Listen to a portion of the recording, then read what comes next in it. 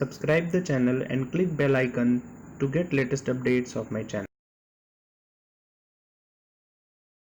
Hello dears, इस session में मैं आपको मॉडर्न एटमिक मॉडल के बारे में बताऊंगा।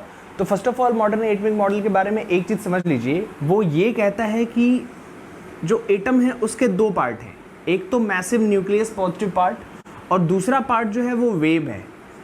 ठीक है, अच्छा बाकी पीछे के आपने जितने भी मॉडल्स पढ़ रखे होंगे, ठीक है, रदरफोर्ड का मॉडल हुआ, बोर्स का मॉडल हुआ, उन सारे मॉडल्स में इलेक्ट्रॉन को एज पार्टिकल एज्यूम किया गया है, लेकिन इस मॉडल में इलेक्ट्रॉन एज वेव एज्यूम किया गया है। ठीक है, एज वेव एज्यूम करने का रीज़न आपको पता है, दे ब्रॉगली इक्वेशन आपको बताया मैंने। तो दे ब्रॉगली इक्वेशन जो है वो एक्सप्लेन करता है कि अगर पार्टिकल बहुत छोटा है तो वेवलेंथ उसकी बहुत लंबी आएगी, because wavelength is inversely proportional to mass, is inversely proportional to mass. तो मास अगर छोटा है तो वेवलेंथ लंबी आएगी, यानी कि वेव की प्रॉपर्टी बहुत ज़्यादा आ रही है। ठीक है, इलेक्ट्रॉन का मास बहुत छोटा होता है, इसका मतलब उसके पास वेव की प्रॉपर्टी बहुत अच्छी आएगी। ठीक है, इसी के बेस्ड जो है पूरा का पूरा मॉडर्न एटमिक मॉडल जो डिपेंडेंट है। अब मॉडर्न एटमिक मॉडल के लिए आपको जो समझना है वो है श्रोडिंगर्स वेव इक्वेशन। ठीक है, श्रोडिंगर्स वेव इक्वेशन में एक चीज़ जो बार बार यूज होती है वो है वेव फंक्शन। तो थोड़ा सा वेव फंक्शन को समझ लेते हैं। वेव फंक्शन क्या है? तो देखो, वेव फंक्शन को हम एम्पलीट्यूड फंक्शन भी कह सकते हैं। ये कोई वेव है, तो अब सिंस वेव पॉजिटिव निगेटिव दोनों साइड ट्रैवल करती है, ये जो पीक पॉइंट है इसी को हम वेव फंक्शन या एम्पलीट्यूड फंक्शन कहते हैं। यही पीक पॉइंट, इसी को एम्पलीट्यूड भी कहते हैं। ठीक है ना, इसीलिए इसको एम्पलीट्यूड फंक्शन भी कह सकते हैं। ठीक है, तो ये वेव फंक्शन को लेकर के श्रोडिंगर से इक्वेशन जो डेवलप होता है वो किस तरीके से होता है उसको जरा समझते हैं। तो फर्स्ट ऑफ ऑल अगर मैं वेव फंक्शन को लूं, then I can take a sine. अगर मैं इसको x कोऑर्डिनेट पे लूं, ऑन x एक्सिस पे लूं, तो psi is equal to a sine 2 pi lambda x, ये ले सकता हूं।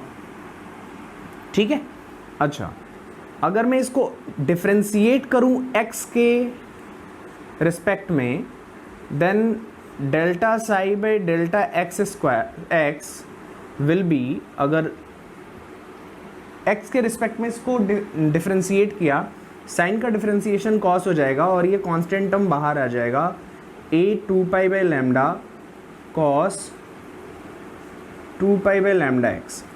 ठीक है, इसको दोबारा से अगर मैं डिफरेंशिएट करूं x के रिस्पेक्ट में, तो del square five by del x square is equal to, अब ये cos 2 pi by lambda x, cos का जो डिफरेंशिएशन होता है वो माइनस साइन होता है, तो माइनस मैंने पहले लगा लिया a। अब ये 2 पाई बाई लैम्डा दोबारा बाहर आएगा तो हो जाएगा 4 pi square by lambda square. Cos will be converted in sine 2 pi by lambda x. ठीक है, ये मेरा डिफरेंशिएशन हो गया। अब अगर मैं इसको और आगे फर्दर प्रोसीड करूं, अब समझिए मुझे करना क्या है, I am just going to substitute the value of lambda according to de Broglie equation. अब दे ब्रॉगली इक्वेशन के अकॉर्डिंग अगर मैं लैम्डा को देखूं, तो lambda is equal to h by m v. ठीक है, so lambda square will be h square by m square v square. Okay, मैं लैम्डा की वैल्यू यहाँ पुट कर देता हूँ। ठीक है, अगर मैं ये लैम्डा की वैल्यू यहाँ पुट करूँ, then I will get del square psi by del x square is equal to minus a 4 pi square by h square, m square v square ऊपर चला जाएगा, m square v square into sine 2 pi by lambda x. अच्छा देखो, a sine 2 pi by lambda x, ये वाला जो term है, इस पूरे की जगह मैं 5 लिख सकता हूँ, 5। ठीक है, तो मैं थोड़ा सा चेंज कर रहा हूँ इसमें, minus 4 pi square h square m square v square 5। Okay, अब मैं क्या कर रहा हूँ, राइट हैंड साइड में 2 से मल्टीप्लाई करके 2 का डिवीज़न कर रहा हूँ। 2 से मल्टीप्लाई 2 से डिवाइड करूँगा तो कोई फ़र्क नहीं पड़ेगा, तो मैंने 2 से मल्टीप्लाई किया पहले, तो ये 8 हो गया। 8 pi square by h square half, अच्छा m को थोड़ा अलग अलग ब्रेक कर रहा हूँ मैं, half m v square into m psi. M square था तो एक m को एक साथ ले लिया। अब ये जो हाफ एम वी स्क्वायर है इसको काइनेटिक एनर्जी कहते हैं, ठीक है। सो फर्दर अगर मैं इसको और प्रोसीड करूं तो फर्दर देखिए, del square psi by del x square is equal to minus 8 pi square m by h square half m b square, यानी कि काइनेटिक एनर्जी। काइनेटिक एनर्जी की जगह मैं लिख सकता हूँ total energy minus potential energy. यहाँ पे E टोटल एनर्जी है और V पोटेंशियल एनर्जी है साई, ठीक है। ये एक्स एक्सिस के अकॉर्डिंग आया। अब अगर मैं इसको लेफ्ट हैंड साइड में ट्रांसफ़र करूँ, then I will get del square psi by del x square plus 8 pi square m by h square E minus b psi is equal to 0, ठीक है। अच्छा, ये इक्वेशन को अगर मैंने y और z एक्सिस के अकॉर्डिंग भी कैलकुलेट किया, देन सेम इसी तरीके से पूरा का पूरा जब कैलकुलेट होगा, then it will have del square psi by del y square plus del square psi by del z square plus 8 pi square m by h square E minus V psi is equal to 0। इसी को हम Schrödinger's wave equation कहते हैं, ठीक है। अब इसी Schrödinger's wave equation के अकॉर्डिंग इसमें ये जो साई है, ये साई एक्सपेंशन को बताया जाए। जो थियोरेटिकल वाला वीडियो है उस थियोरेटिकल वाले वीडियो को देखिए, उसमें मैंने इस साई का एक्सपेंशन, साई स्क्वायर क्यों यूज़ किया गया, वो सारी बातें थियोरेटिकल वाले वीडियो में एक्सप्लेन की हुई हैं। तो ये मेरा श्रोडिंगर्स वेव इक्वेशन डेवलप हो जाता है इस तरीके से, ठीक है। अच्छा, थियोरेटिकल वाले को देख करके आपको दोनों में कोरिलेट करना है और चीज़ों को समझना है कि कैसे साई एक्सप्लेन करता है हर चीज़ को, ठीक है। यानी कि आपके ऑर्बिटल्स को किस तरीके से साई एक्सप्लेन करता है, वो मैंने आपको जो थियोरेटिकल एक्सप्लेनेशन वाला वीडियो दिया है उस वीडियो से आपको समझ में आएगा। हेलो डियर्स, इस सेशन में हम लोग पढ़ेंगे क्वांटम नंबर्स। तो first of all, what are quantum numbers? ये जो क्वांटम नंबर्स होते हैं ये होते क्या हैं? तो समझ लीजिए, quantum numbers are just like your address. जैसे आपका एड्रेस होता है, मैंने आपको बताया है कि ऑर्बिटल जो है वो एक तरीके से इलेक्ट्रॉन का घर है। वहीं पे मैंने आपको ये भी एक्सप्लेन किया था कि ऑर्बिटल का घर है तो मोहल्ला भी होगा, मीन्स कॉलोनी होगी, ठीक है, डिस्ट्रिक्ट होगा, स्टेट होगा। उसी तरीके से क्वांटम नंबर्स हैं, ये इलेक्ट्रॉन्स के ऑर्बिटल, सबसेल, सेल के बारे में बताते हैं। अब यहाँ पे जो क्वांटम नंबर्स हैं एग्जैक्टली अगर मैं उनको डिफाइन करूँ तो these are the complete information. Quantum numbers क्या होते हैं? कंप्लीट इंफॉर्मेशन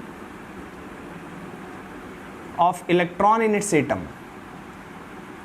ठीक है, इलेक्ट्रॉन का complete information in its atom. अब टोटल जो क्वांटम नंबर्स हैं वो 4 टाइप्स के हैं। पहला क्वांटम नंबर जो है वो है principal quantum number. Principal quantum number, इसको n से रिप्रेजेंट करते हैं। अब ये प्रिंसिपल क्वांटम नंबर क्या बताता है? ये सेल को बताता है, shell of electron in its atom.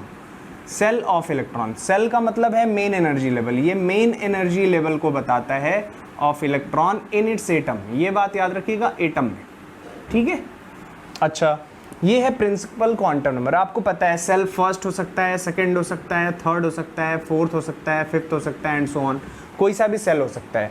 तो उसी के अकॉर्डिंग n की वैल्यू 1 2 3 4 5 एंड सो ऑन हो सकती है। जो सेकेंड क्वांटम नंबर है वो है azimuthal quantum number. Azimuthal quantum number, इसको L से डिनोट करते हैं, ठीक है। ये सबसेल को बताता है, सबसेल, सबसेल ऑफ इलेक्ट्रॉन या फिर सब एनर्जी लेवल, ठीक है, of electron in its shell, उसके सेल में, ठीक है। सेल में सबसेल कौन सा है वो ये बताता है एजीमुथल क्वांटम नंबर। अब एजीमुथल क्वांटम नंबर के बारे में आप जान लीजिए। मैंने आपको सबसेल बताया है 4 तरीके के, S, P, D and F। L की वैल्यू इनके लिए फिक्स है, सबसेल S के लिए इसकी वैल्यू 0 है, P के लिए 1 है, D के लिए 2 है और F के लिए 3 है। अभी इनका कोरिलेशन मैं आपको आगे मैग्नेटिक क्वांटम नंबर से बताऊंगा। मैग्नेटिक क्वांटम नंबर, अब जो मैग्नेटिक क्वांटम नंबर है उसको M या ML से डिनोट करते हैं, ML, ठीक है। अच्छा, ये मैग्नेटिक क्वांटम नंबर किसको बताता है? ये ऑर्बिटल को बताता है, orbital of electron in it's subshell. उसके सबसेल में उसका ऑर्बिटल कौन सा है ये बताता है मैग्नेटिक क्वांटम नंबर, ठीक है। अब मैग्नेटिक क्वांटम नंबर के बारे में देखिए, अगर मैं S सबसेल की बात करूं तो आपको पता है कि S सबसेल में केवल एक ही ऑर्बिटल होता है। क्यों होता है? क्योंकि एक चीज समझिए कि ML की जो वैल्यूज होती हैं, वैल्यूज वो +L2 -L लाई करती हैं। मतलब ये है S के लिए L की वैल्यू 0 है ना, तो +0 to -0 मीन्स एक ही वैल्यू है 0, ठीक है। दैट्स वाई आपको पता है कि S सबसेल में, मैं S सबसेल की बात कर रहा हूँ, S सबसेल में केवल एक ऑर्बिटल है, ठीक है, ओनली 1, उसको 0 से डिनोट करेंगे। लेकिन P सबसेल में आपको पता है P सबसेल में 3 ऑर्बिटल्स होते हैं। क्यों होते हैं? क्योंकि अगर मैं 1 को +1 to -1 लिखूं तो +1 to -1, तो यहाँ बीच में एक वैल्यू और आती है 0, +1 0 -1, ठीक है।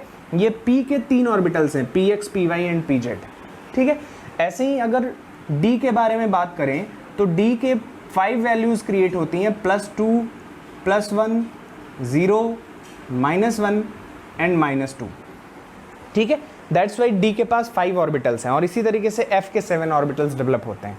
अब ये मैग्नेटिक क्वांटम नंबर हो गया। एक चौथा क्वांटम नंबर भी है, सिंस आपको पता है कि ईच ऑर्बिटल, एक ऑर्बिटल में 2 इलेक्ट्रॉन रहते हैं, ठीक है।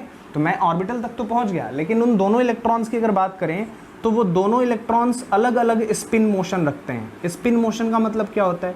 किसी एक ही प्लेस पे खड़े होकर के रोटेटरी मोशन करते रहना, यानी कि घूमते रहना, ठीक है, इसको स्पिन कहते हैं। तो इलेक्ट्रॉन एक प्लेस पे ऐसे ऐसे रोटेट होता है, 2 इलेक्ट्रॉन्स हैं एक ऑर्बिटल में, ठीक है। तो ये जो एक इलेक्ट्रॉन है वो क्लॉकवाइज स्पिन करेगा और दूसरा एंटी क्लॉकवाइज स्पिन करेगा, ठीक है। तो एंटी क्लॉकवाइज यानी कि अपर डायरेक्शन वाले को +12 से रिप्रेजेंट करेंगे और डाउन वाले को -12 से रिप्रेजेंट करेंगे। तो जो स्पिन क्वांटम नंबर होता है उसको रिप्रेजेंट करते हैं या तो S से या MS से, और इसके लिए 2 फिक्स्ड वैल्यूज हैं, +12 एंड -12, ठीक है। किसी इलेक्ट्रॉन की +12 होगी, दूसरे इलेक्ट्रॉन की -12 होगी। ये स्पिन क्वांटम नंबर बताता क्या है? Spin off electron, spin off electron, ठीक है, in its orbital. Okay, I think ये पूरी बात समझ में आ गई होगी। सो अगर इसमें किसी को कोई डाउट हो वो कमेंट कर सकता है। Okay, thank you for watching, thank you so much.